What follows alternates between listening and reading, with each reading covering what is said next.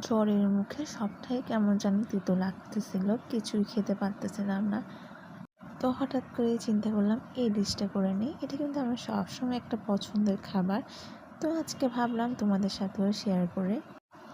এটা কিন্তু আমি আমার জন্যই বানাচ্ছিলাম, যার কারণে খুব কম পরিমাণে নিয়েছিলাম, কারণ সবাই অন্য খাবার খেলো, যেহেতু আমি খেতে পাচ্ছিলাম না, যার কারণে এভাবে করে খাবারটা রেডি করতেছিলাম। তো বেগুন তো সবসময় আমার ভালো লাগে, বেগুন ভাজি বলো, বেগুন ভর্তা বলো, আর টমেটো, এটাও অনেক বেশি ফেভারিট আমার একটা সবজির মধ্যে খাবার। আর সব রকম সবজি কিন্তু আমি খাই না, বলতে গেলে বেগুন, আলু, টমেটো এগুলো ছাড়া অন্য কোনো সবজিই আমি খাই না। তো এখানে কথা বলতে বলতে আমি রান্না প্রায় করে ফেলছিলাম। পেঁয়াজ, টমেটো আর বেগুন দিয়েছিলাম, আর দিয়েছিলাম একটুখানি মরিচের গুঁড়া আর 2টো কাঁচামরিচ, আর সাথে তো ধনে পাতা অবশ্যই লাগবে।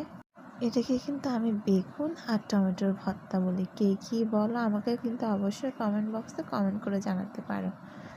আর এই যে ফাইনালি আমি অনেকগুলো ভাত খেয়েছিলাম এটা দিয়ে। আর এটা দেখতে যেমনটা সুন্দর ছিল, খেতেও অনেক বেশি মজা ছিল। তো আজকে এতটুকু।